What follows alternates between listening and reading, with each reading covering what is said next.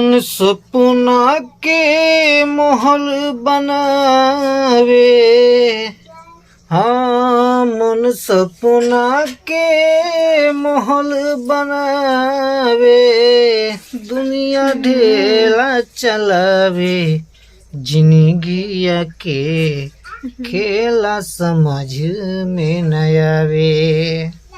नहीं समझ में आत ना हो तकलीफ चारों तरफ। क्या करे के पता नहीं क्यों हमेशा मतलब इस समय हम लोग इंसान की जिंदगी बहुत तकलीफ है। जिंदगी जीना सबसे बड़ी बात है।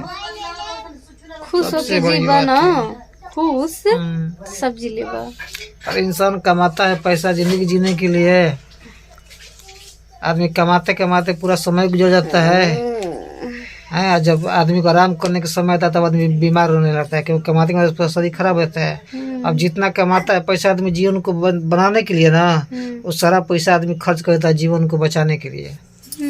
समझ जिंदगी में कहाँ से कहाँ लेके चल जाती है, क्या फायदा। अरे मम्मी सुकून मिलता है आदमी को अपना से, हमरा से मिलेला।